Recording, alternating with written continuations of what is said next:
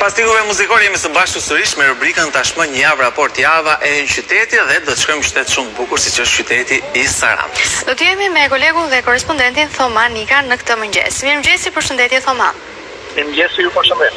Mirëmëngjes Thoman. Ju përshëndesim sigurisht edhe ne nga kryeqyteti e ju nga Saranda, patjetër që na përshëndetet, por si ka nisur mëngjesi atje tek ju dhe më tej tek zhvillimet, aktivitetet kryesore.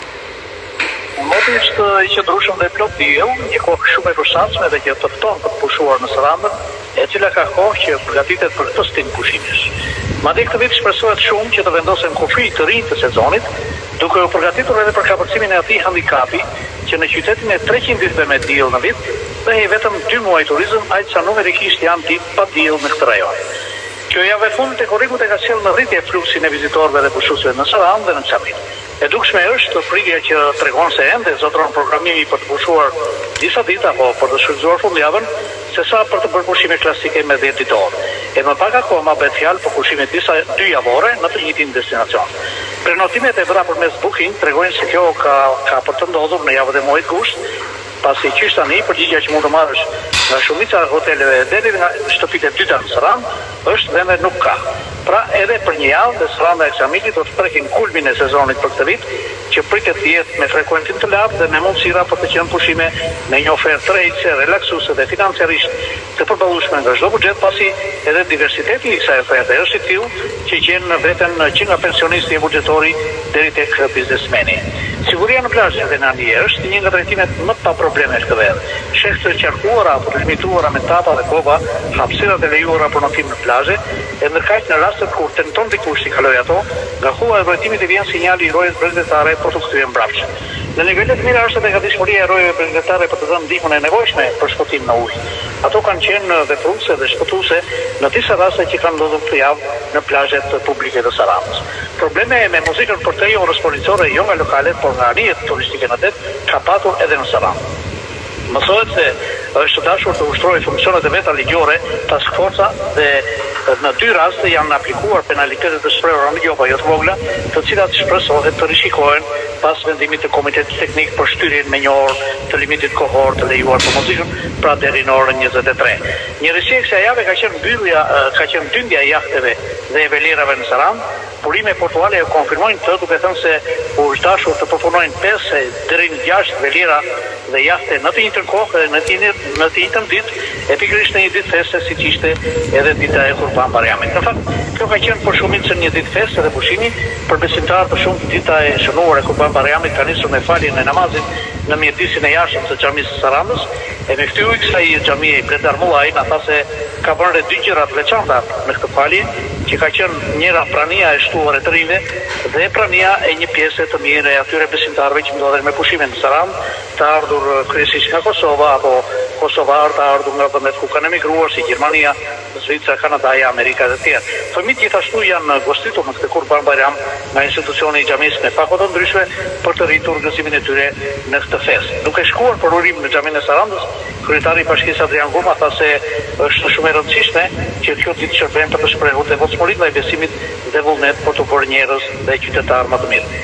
Një tjetër festë që nuk është lënë në arrest ka qenë dita e veteranëve që përkon me 20 korriku. Ka qenë organizata e veteranëve të luftës antifashiste nacionale shqiptare në Sarandë, që organizoi një aktivitet në ndërim të kësaj dite shënuar, e veç të tjera është përdorur këtë ditë edhe për të certifikuar pasardhës së veteranëve, e një tillë dha edhe kryebashkiaku Adrian Gurma nga Komiteti i Veteranëve të Sarandës. Një organizim interesant i kësaj jave ka qenë ai i një panairi të artizanatit në Telvinë, nën kujdesin dhe me ftesë të bashkisë së Telvinës. Ky qytet me shumë pak jetë, për të thënë vërtetën, mori gjallërinë e një qendre e cila ka të lidhur me artizanatin të kaluarën dhe të djeshmen e afërt të saj.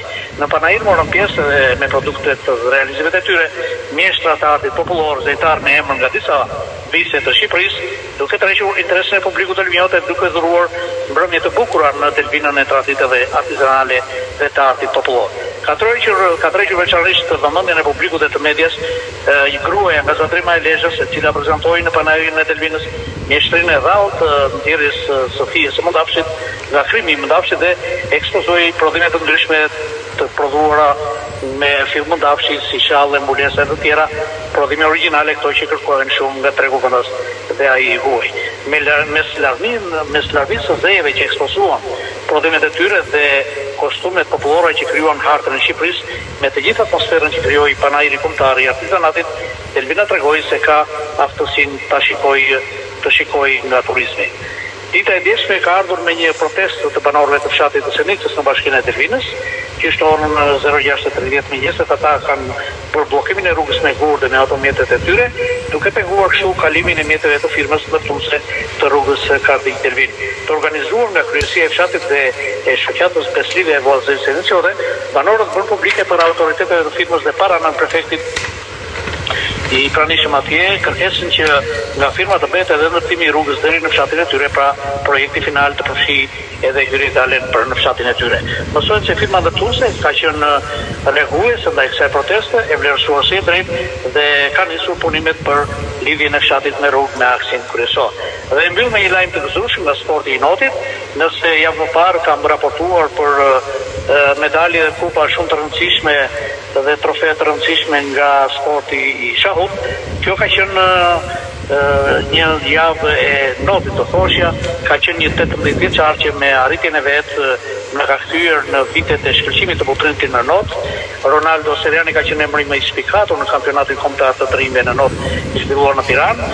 Në garën e vet të stilit flutur 100 metër, Ronaldo vendosi rekordin me kohën 58.50 të qindat, e kjo nuk ishte gara vetme që dalloi notarin e talentuar Sarandios. Ai solli në Sarand 6 medaljari, sepse përveç rekordit të kombëtar në 100 metrë delfin, shënoi kohën pranë rekordeve kombëtare edhe në dy garat e tjera, 50 metrë dhe 200 metrë delfin për të rinj dhe të rritur. E pritshmëritë janë që Ronaldo të vendosë rekorde kombëtare edhe në këto dy gara, në aktivitetin e Kopës Republikës që organizohet në fundin e muajit shkurt, në fundin e muajit gusht.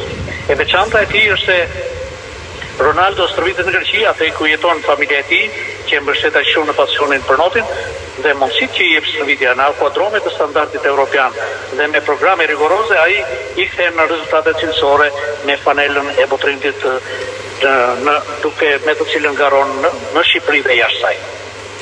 Faleminderit, ju përshëndesim. Ditë mbar, faleminderit. Kështu dhe këtë komunikim të drejt për drejt me kolegun dhe korespondentin Thomanika nga qyteti i Saranës me zhvillimet më kryesore. Një përshëndetje, një falënderim dhe për të gjithë miqtë të cilët na ndjekin nga Saranda.